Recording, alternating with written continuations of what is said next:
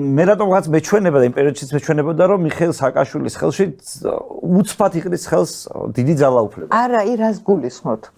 რომ მას თქვენ თვითონაც მითხარით რომ ყველაფერი მაინც მიშასთან წყდებოდა.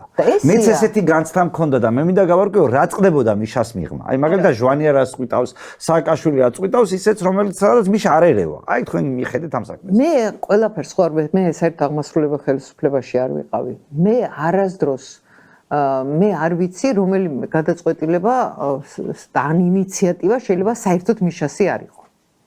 უამრავი იყო ესეთი. ეხა ვერ ჩამოვთვლი. მე ვერ ხვდები რას გულისხმობთ, როცა კონცენტრაცია იყო, იმიტომ რომ შეთანხმება იყო, ანუ როგორ უნდა გადაეწყვიტა იმას ჟვანიას რაღაცა სახელმწიფოებრივი ის გადაწყვეტილება ისე რომ მიშასთვის არ ეთქვა. ჩვენ ბრიტანეთში კი არა ვართ 500 წლიანი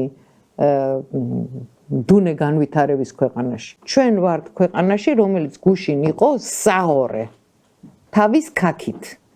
თქვენ ალბათ იცით, რომ ყველაზე წარმატებული ქვეყნები ამ ბოლო პერიოდის, რომელზეც ხშირად მაგალითები მოყავთ, როგორიც არის მაგალითად სინგაპური ან სამხრეთ კორეა, რო კითხო ექსპერტებს, იქაც პირველი 20 წელი იყო ავტორიტარული მმართველობა.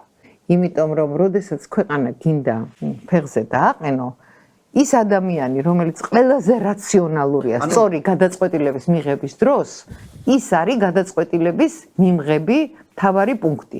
ამის გარეშე ეს არის ხანგრძლივი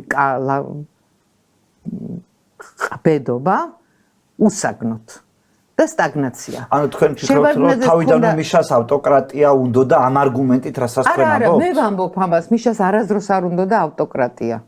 არასდროს არ უნდა და ავტოკრატია. არასდროს. საერთოდ არ იყო მაგ განწყობის, მაგ გამოცდილების და მაგ განათლების ადამიანი. პირიქით. არასდროს არ უნდა და